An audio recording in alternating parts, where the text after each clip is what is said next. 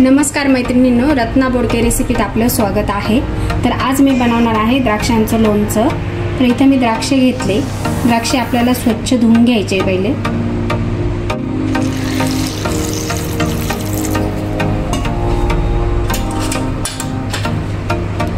हळद घालायची, थोडी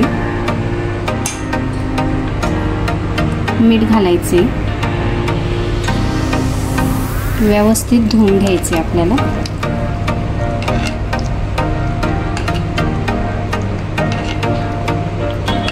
हे पाणी काढून टाकायचे।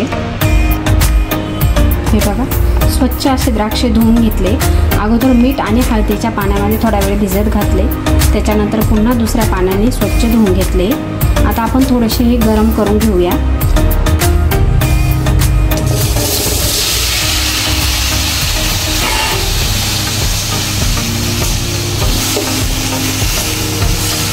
पाच मिनिटं आपण हे व्यवस्थित गरम करून घेऊ।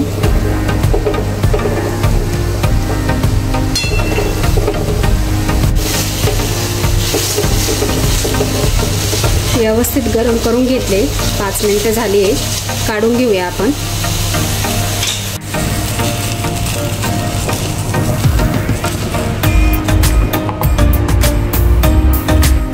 हळद घालायची,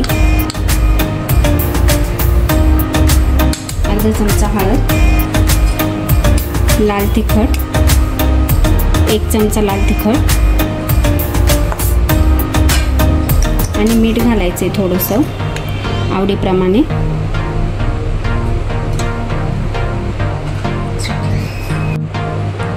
अगदी थोडा चाट मसाला घालायचा आहे।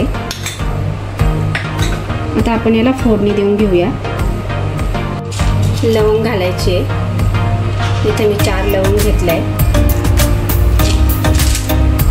मिरे घालायचे 4-5,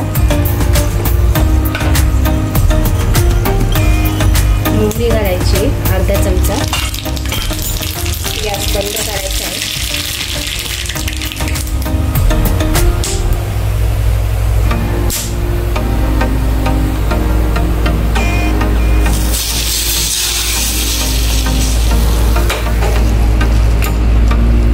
व्यवस्थित मिक्स करून घ्यायचे।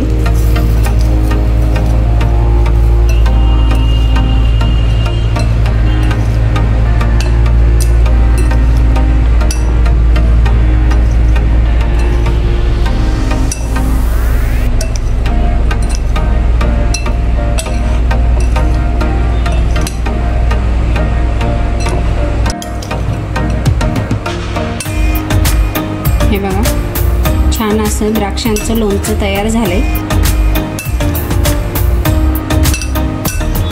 अगदी कमी वेळेत आणि कमी साहित्यांमध्ये, साध्या आणि सोप्या पद्धतीत खायला खूपच छान लागतं। तर ह्या पद्धतीने घरी तुम्ही नक्की ट्राय करून बघा।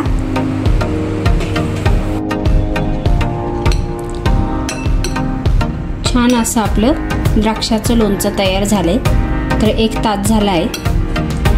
हे बघा कसं तयार झालंय। तर आता आपण 5 मिनिटं पुन्हा एकदा गरम करून घेऊया।